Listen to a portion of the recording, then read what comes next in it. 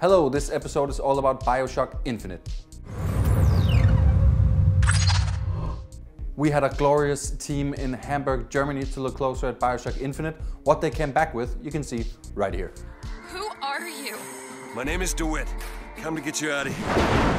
You've come from my land. How dangerous can one little girl be? So in Bioshock Infinite, you play as Booker DeWitt. He is a down-on-his-luck detective. He is in a lot of debt. And he's given a job to find this woman, Elizabeth, in the city of Columbia.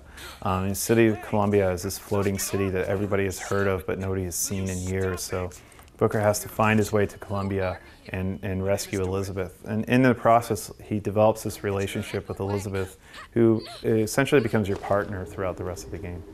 Yeah, when we first started working on Bioshock Infinite, we decided that we didn't really want to tell another story in Rapture. We didn't really have any more stories left that we wanted to tell in Rapture.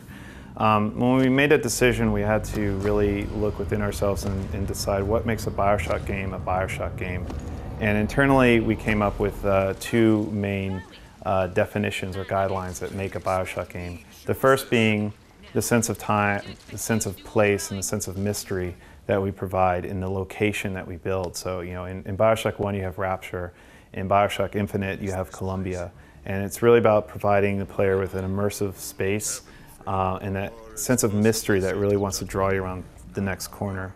The second definition is the tool set that we give the player and allowing the player to use that tool set creatively throughout the game as they're playing.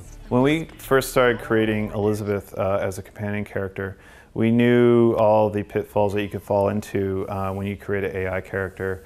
We're not looking to create an escort mission.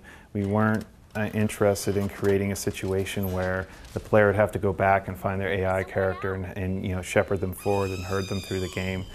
We wanted to make sure that Elizabeth was your partner and she was there to help you as much as you're helping her throughout the narrative of the game. There's no point where you have to turn around and make sure she's behind you. And in fact, it's just the opposite. Elizabeth will go out of her way to help the player. One example I can give is, you know, in combat, when you're out of ammo, sometimes she can find a weapon and throw it to you. And it's not like you have to go hunt for her. She'll be right there, right in the right spot, and you hit a button, you turn, grab the gun, and go back to combat. She's gearing her behaviors towards helping the player, not the other way around. Yeah, the skyline system we built into Bioshock Infinite allows the player to use the skyline as a tactical advantage during combat. Essentially, you know, we like to call it a roller coaster with guns. You know, you can jump onto the skyline, you can use your weapons, you can attack other AIs, you can jump on other AIs from the skyline. You can turn around, you can go faster, you can go slower, and you can transfer to other skylines. So it's this great combat system, but it's also a great transportation system. I think the biggest challenge we had when we were making Bioshock Infinite was the creation of Elizabeth. I mean, you really want to take care when you're creating someone who feels like a real human being to make sure that you're making a real human being and making someone that can appeal to a vast number of players. And somebody that you can feel emotion towards and somebody that will be your companion throughout and that she's not getting in your way and that's somebody that you want to be around and have a relationship with.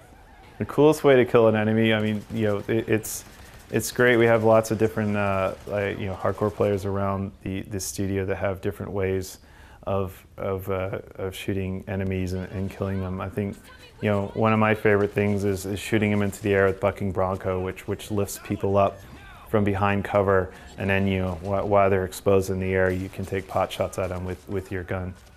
Booker, are you afraid of God? No, but I'm afraid of you. Please let us know what you think about the game and if you look forward to playing it. And also feel free to like and subscribe if you like what we're doing, because I like you.